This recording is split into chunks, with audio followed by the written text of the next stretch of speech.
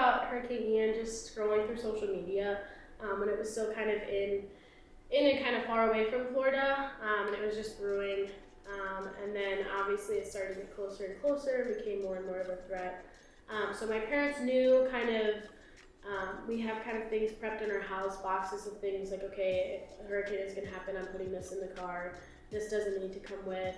This needs to be put under the table. And then my parents did kind of stay on Sanibel until they really, I think it was Monday, they actually decided to evacuate, which they don't mess around. They would think at that point they were projecting the hurricane to be a Category 3 hurricane when it was going to hit land. So they kind of decided to leave and took as much as they thought they were going to need with them, and kind of left and prayed and hoped that nothing bad was really going to happen. So, and I remember me and my sisters were in communication all together, kind of watching. They had traffic cameras on the island, and there was one traffic camera that was still working, and I just remember there went from being zero water on the ground to there being water all the way up to the street signs and over the street signs, and all of us were just kind of in shock. Like, we didn't have a view of our home, didn't know. The causeway was one of the first images that was released on kind of social media and on the news,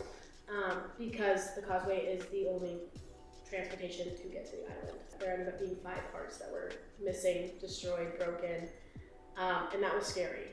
That delayed the process of saving people, right? Because then they have to bring in the Army National Guard and airlift, like I talked about, people off of their roofs, out of their homes. So that was scary. Definitely something that we thought that bridge after Hurricane Charlie was kind of indestructible, but clearly that's not the case, and it just kind of showed you the intensity and the scale of like kind of how bad that storm was. Thursday morning was on all the TV and all that, and I remember my sisters and I were like pause, scroll, trying to like get a glimpse of our house. Didn't know, and then finally Friday morning we got a NOVA satellite image of the house, and that was just simply the plot of land, the roof was there, our house was there, and that was kind of the first information we had, that our house was still standing. Didn't know any damage other than like our house was there, and 2 houses down from us, our neighbor's house was not there anymore. The biggest word that I can think of now was helpless, which was a scary feeling. I don't think anyone ever wants to feel that way, and it was sad. I was really just kind of in awe and awestruck and distraught as to kind of what was going on, because I had to wake up, I had to go to practice, I had to go to school, and I had a place to come home, which was a very weird dynamic because there were people that I know, my family, didn't have a place to go home, couldn't sleep in their own bed at night, couldn't change their clothes as they only brought 4 different outfits.